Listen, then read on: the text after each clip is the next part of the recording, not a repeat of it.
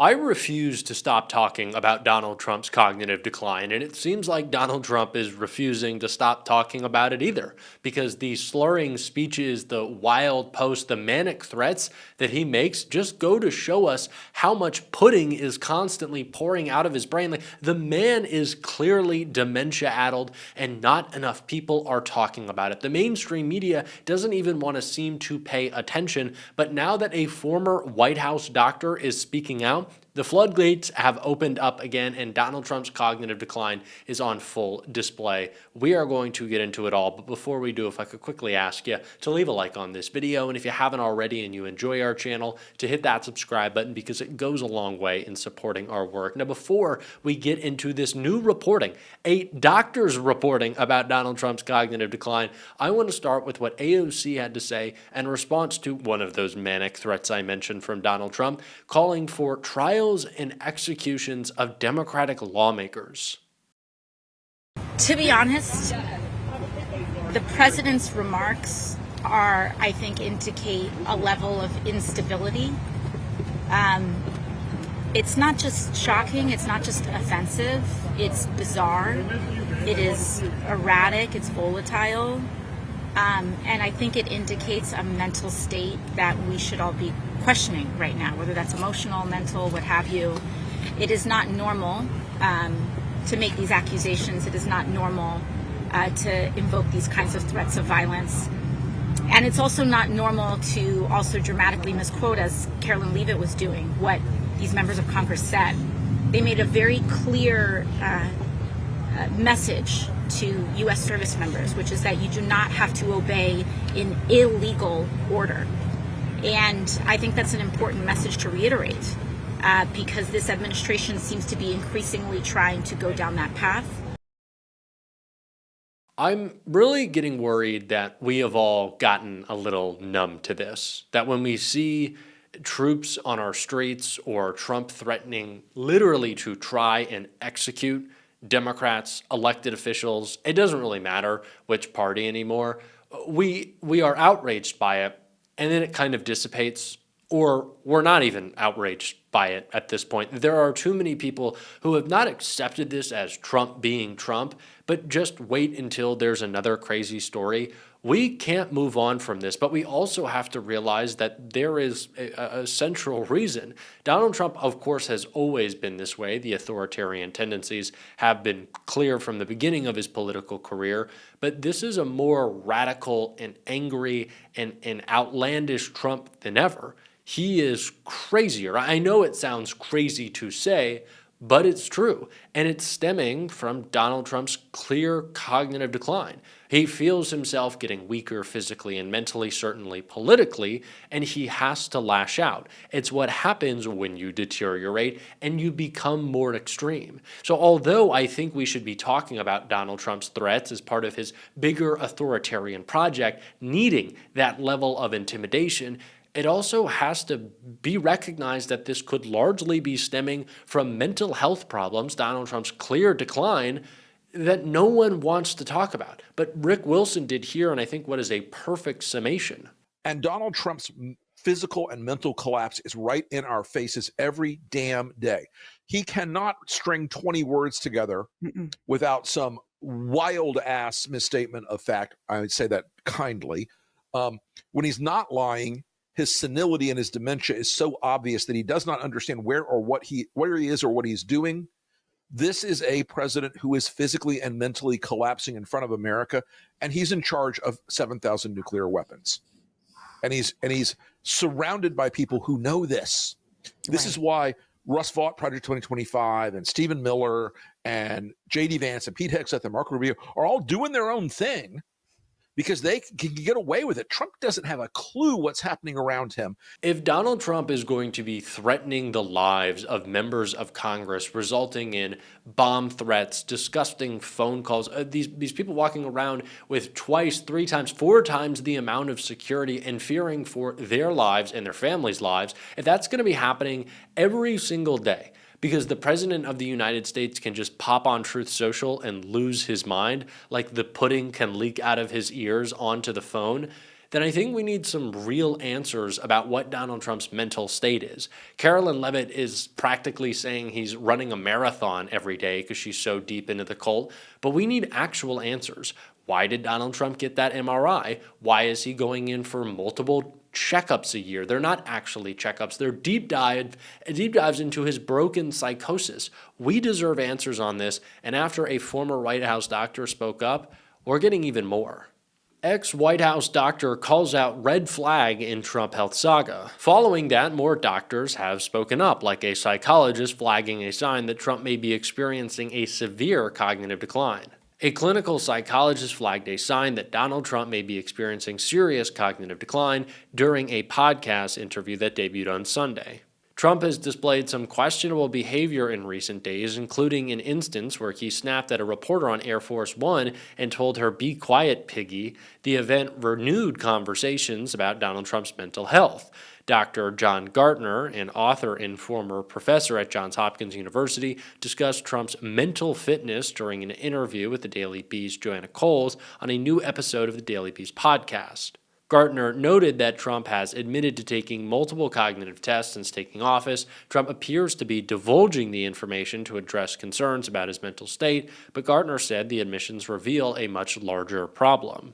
They said they did advanced imaging, Gartner said. Okay, well, Trump said not once, not twice, but 3 times that they had taken cognitive tests, plural. Okay, so not just a screening exam, they gave him multiple tests. We do not give people multiple cognitive tests unless we suspect there's a serious cognitive problem.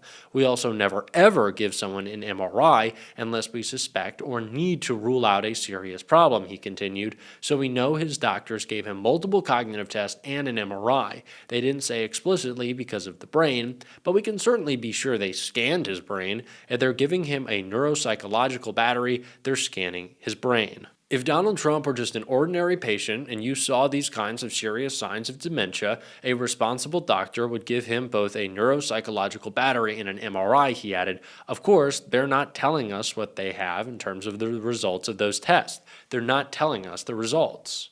We know the results, though. We don't know the exact results, but we certainly know the results. Donald Trump is in deep cognitive decline. It has been on display every single day of his presidency, and it is putting all of us in harm's way. And I don't think we should stop talking about it. We need to be talking about it more.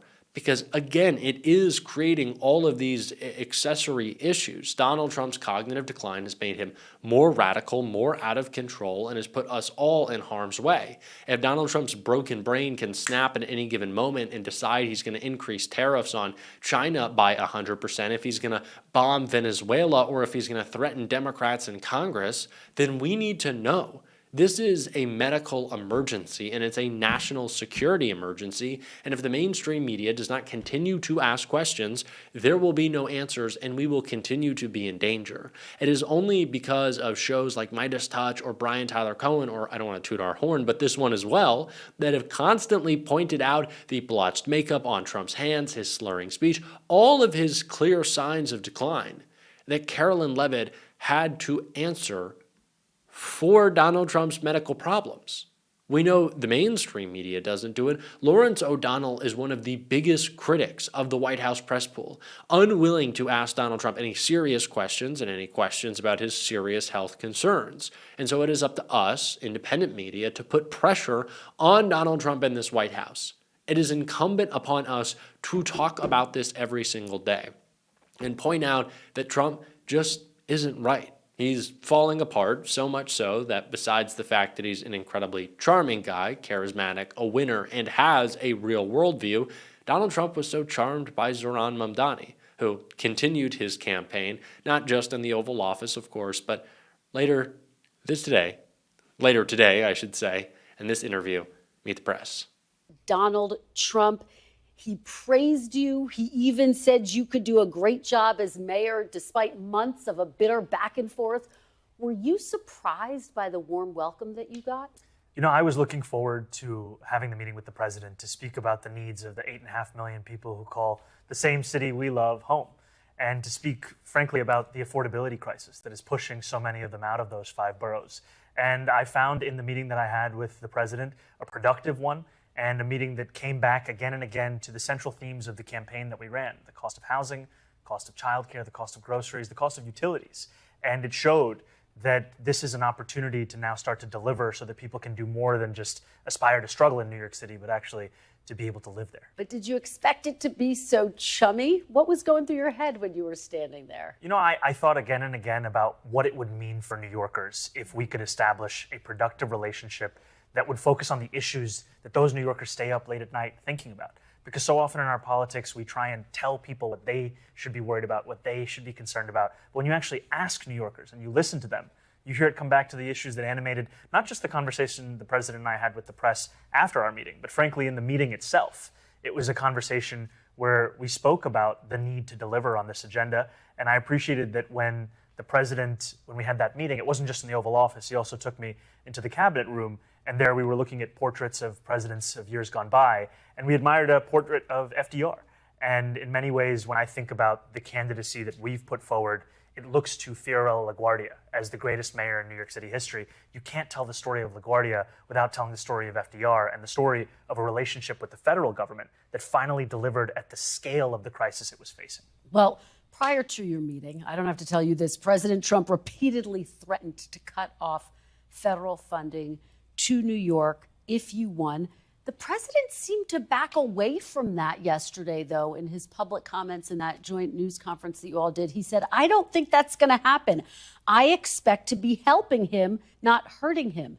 Do you believe him when he says that? No, I believed the president in the conversation that we had, and I will continue to make the case, both to the president and to the country at large, about the needs of New Yorkers.